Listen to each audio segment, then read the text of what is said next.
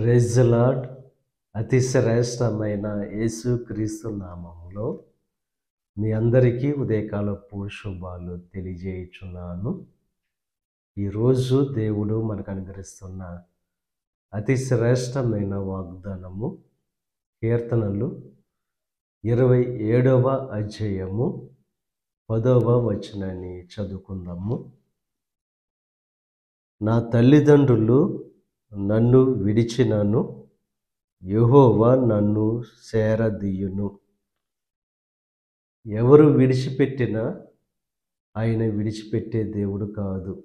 తల్లిదండ్రులు, స్నేహితులు, బంధువులు విడిచిపెట్టిన ఆయన మిమ్మల్ని విడిచిపెట్టకుండా చేరదీసే దేవుడు, ఆదరించే దేవుడు. ఆయన తండ్రిగా తల్లిగా ఉండి వారి బాధల్లో, వారి యొక్క కష్టాల్లో వారిని చేరదీసి వారి జీవితాల్లో మేలులతో తృప్తిపరిచే దేవుడు. మన దేవుడు అద్వితీయమైన దేవుడు, ప్రేమ కలిగిన దేవుడు. ఆయనకు మొరపెడితే చాలు ఆయన మనకు కోటగా, కేడముగా, దుర్గముగా ఉండి మన సమస్యల్లో, మన కష్టాల్లో, మన బలహీనతల్లో మనకు తోడుగా ఉండి మనల్ని ఆదరించే దేవుడు.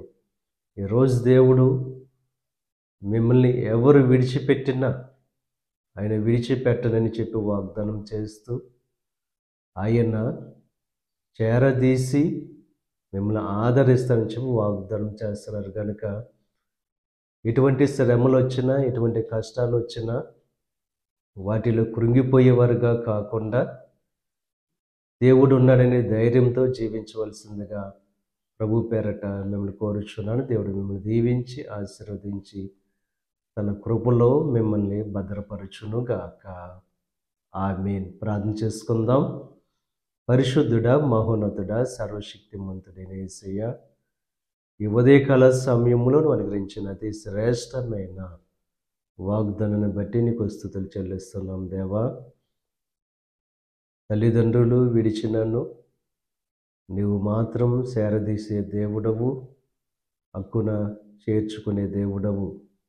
ఈరోజు అనుగ్రహించిన వాగ్దానాన్ని బట్టి నీకు స్తుతులు చెల్లిస్తున్నాం దేవా. ఎవరైతే ఒంటరి జీవితంలో ఉన్నారో, అందరి చేత విడవబడి దేవా వారి జీవితంలో కష్టాల్లో, బాధల్లో ఉన్నారో వారిని చేరదీసి వారి జీవితాల్లో గొప్ప కార్యాలు జరిగించండి.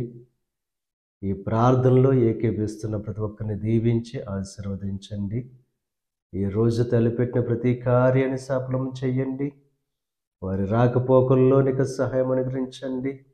ఈ దిన ఆశీర్వాదాలు ప్రతి ఒక్కరి మీద మెండుగా కుమ్మరింపచేసి నీ దేవునితో నింపి నడిపించమని యేసుక్రీస్తు నామం పేరట వేడుకొనుచున్నాం తండ్రి.